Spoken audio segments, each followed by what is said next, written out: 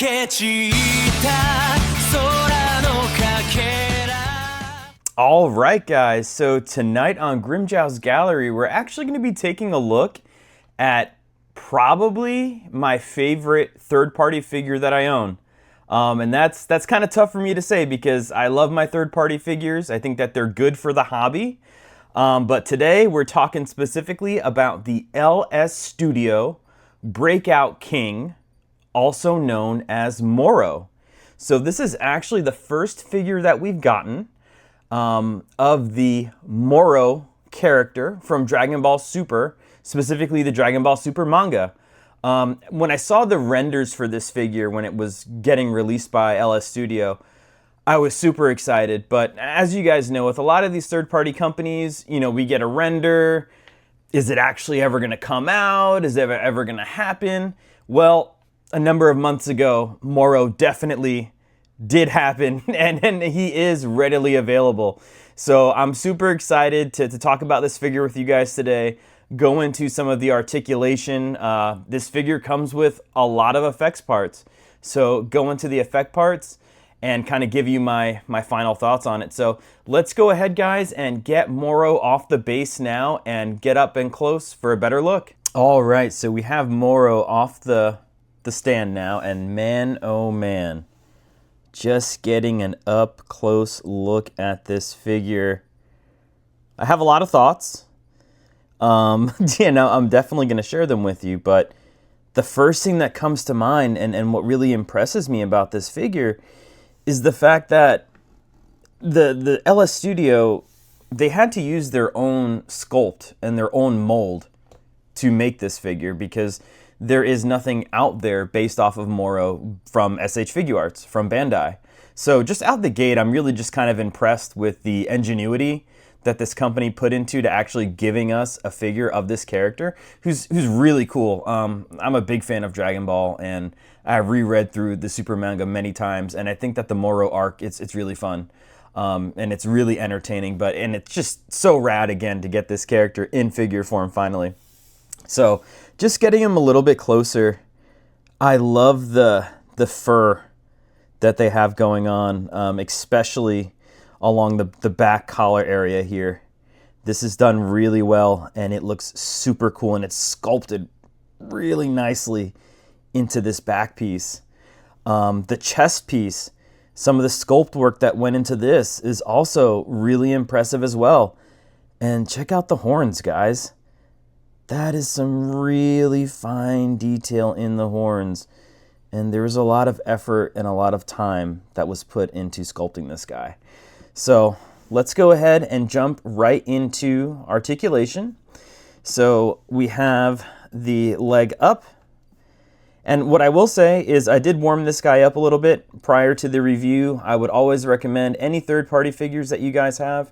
You definitely want to make sure that you either warm them up in warm water, or if you have a heat gun, definitely apply the heat gun from a safe distance so that you're not melting the figure, but it's all in the effort to get the joints loose because these third-party figures, the joints can be a little bit stiff, and we just don't want to, we want to avoid breaking them if at all possible. So knee bend, no problems. All right. Ankle mobility. Ankle mobility, it's a little bit stiff, I will say that, but it definitely rotates, and there's no issues there with that. We're going to put the leg up. He does have an independent toe hinge that actually goes pretty far back. Damn. Some range of motion there on that toe hinge. All right, very nice. Leg down. Let's get our other leg up. We would expect them to be identical, right, in terms of range of motion, so going to kind of quickly go through this. Look at the fur details in the calf, though. Man, that's so cool. Very nice job by LS Studio. Very nice job. Knee mobility, bend. You can get it all the way back for a nice dynamic bend and fold. Some of the inner workings here of the knee. Back down. Let's get into shoulder articulation. So we have our T-pose. And I don't know if it's because I warmed the figure up or what, but like I'm getting little to no resistance in regards to the joints. Like he's not stiff at all. It's moving really well.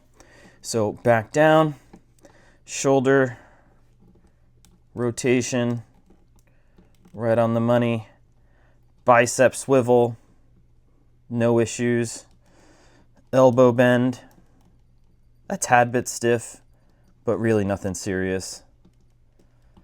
And then we have our wrist rotation here, full range of motion in regards to the wrist. Next arm, left, up. Let's get an elbow bend, no stiffness. Get a nice degree of motion here, nice degree of range of motion there. Down, wrist rotation, rock solid. And by rock solid, I mean it's really good. It's not really stiff at all. Arm back down. Let's take a look here now at our head and neck rotation. So left or right. Okay.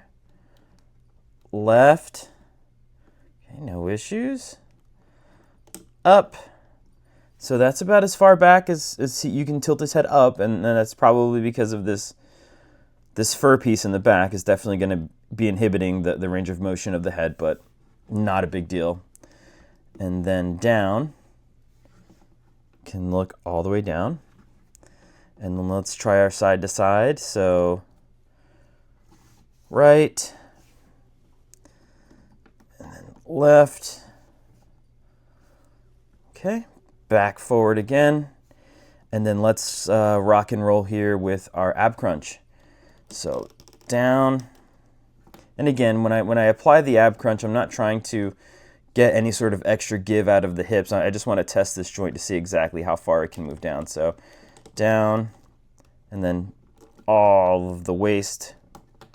Okay, and then getting a little bit of a side profile. Let's see how good his Michael Jackson pose is. It's okay. not as good. And you guys that have been sticking with me through the growth of this channel, you know exactly what figure I'm getting ready to reference with the Michael Jackson pose. And that's going to be my boy, the GOAT, Toji Fushiguro. Man, that figure has some awesome range of motion. It really does. But honestly, man, for a third-party figure, this Moro is on the money so far. I'm really impressed with his articulation. I've had no issues manipulating him or moving him around. Everything is good. As you can see, shake test. So the faceplate popped off, but let's put that back on. Other than that, I mean, we don't have like loosey-goosey limbs that are flying everywhere, right? So that's good. Keep your face on, man. We're trying to make you look good for this review. So, all right, guys, in just a second, we're going to go ahead. Let me break out all the accessories. He does come with a lot, and we'll jump right to that. All right, guys, so let's jump right into some of the effect parts that Moro comes with. And man, in terms of value, these third-party companies are really giving us a lot with this figure. So we'll just definitely jump right in and start with probably one of my favorite pieces that this figure came with. So LS Studio, they gave us an acrylic stand of Mirus. And Mirus, spoiler alert, he plays a pivotal part in the Galactic Patrol arc. And he is an angel, and he actually helps Goku master his Ultra Instinct. And specifically, this acrylic stand is to replicate the scene where Mirus punches Moro in the forehead and cracks his jewel there. So, as you can see, it's pretty accurate to that scene as well. And we'll jump into this head sculpt in a second, but third-party companies, please give us a figure of Mirus. That would be absolutely dope. But we also have what I can only say would be a key shield, or since I know Moro's like a sorcerer, a magic user, maybe a magic shield, but anyway, it's a really cool touch, and it's really different than some of the more standard effects parts that we typically would get with SH Figuarts. And one thing to point out is it does slot right into the hand, and it is movable, which is nice. But this is also made out of a really pliable plastic material, so it's not stiff at all. So I thought that was just really unique and honestly a really nice touch to this figure. We also have our standard large key ball. Very cool. Again, LS Studio is spoiling us with variety when it comes to this figure.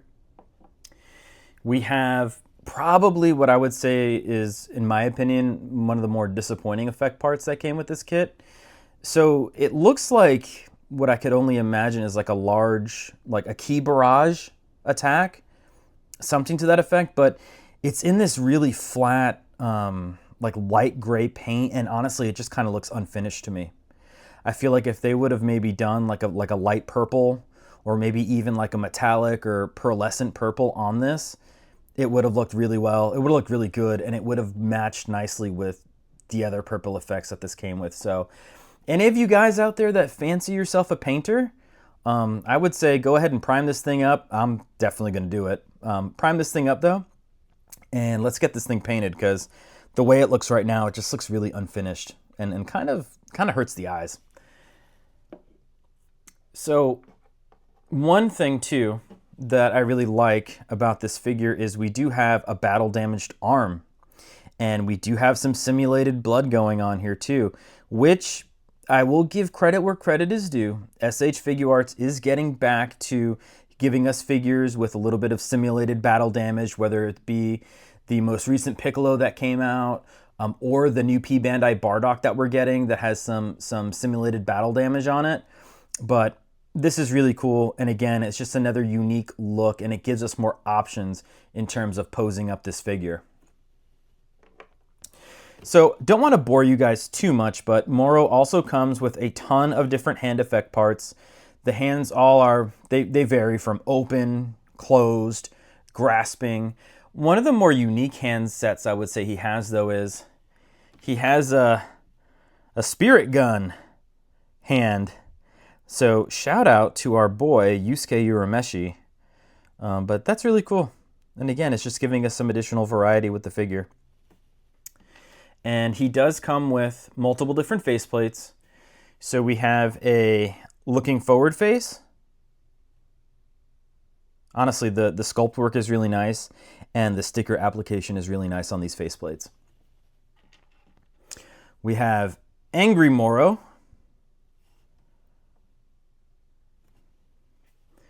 And then we have Moro getting beat down, getting beat up. I've got the beat up face. Now, one thing that's really cool though, and this really unique, is like it comes with multiple different heads, right? And now this head sculpt specifically, at least to my eyes, it looks exactly the same as the one that he currently has on in the background. But the cool thing about this is the faceplates are not locked into a specific head sculpt. So what I mean by that is, like, let's say you want to have your battle damaged Moro head sculpt, and you just like the look on this one for whatever reason. I mean, it does look awesome. The battle damage on the horn is sick. The cracked jewel in the middle of his forehead looks really awesome. But like, let's say you just wanted to have him posed up with this head. What you could easily do is just pop out the faceplate, and you can quite literally put any other faceplate that the figure comes with into the head sculpt. So that's kind of unique, right? And again, I just love that it gives us the option to kind of have fun and really pose this guy up with many different dynamic looks. So that is going, oh wait, I almost forgot one more thing. So he also does come with a hand holding a sensu bean, which is cool, and that is manga accurate, because as you guys know, Goku cannot just beat an antagonist outright. He has to then give them a sensu bean, i.e. Cell, or now Moro, to make it an even fight, or whatever the case is. But nonetheless, this figure, in terms of value, he comes with so many awesome accessories, and we're just being spoiled again by LS Studios with this figure. So in just a second, I'm gonna run Moro through some poses for you guys, just so you can kind of see some of his effects in action, and then I will give you my final thoughts on the figure. Just running Moro through a couple of poses here, and man, these effect parts, once you actually kind of get them in action, they look really cool, and they fit the character so well. I have Moro here duking it out with my Super Saiyan Blue Vegeta with the Tonson head sculpt, which I will get reviewed up for you guys eventually. But man, this guy, you can get him into some really dynamic poses, and he doesn't suffer or lose any sort of like articulation. So here we have him posed up with that key barrage, and man, I was hating on that effect a little bit, but once you actually get it up on a base, it doesn't look so bad. So definitely, guys, if you would comment down below, let me know what your favorite third-party figure is. I would say right now, this LS Studio Moro, he's quite up there for me.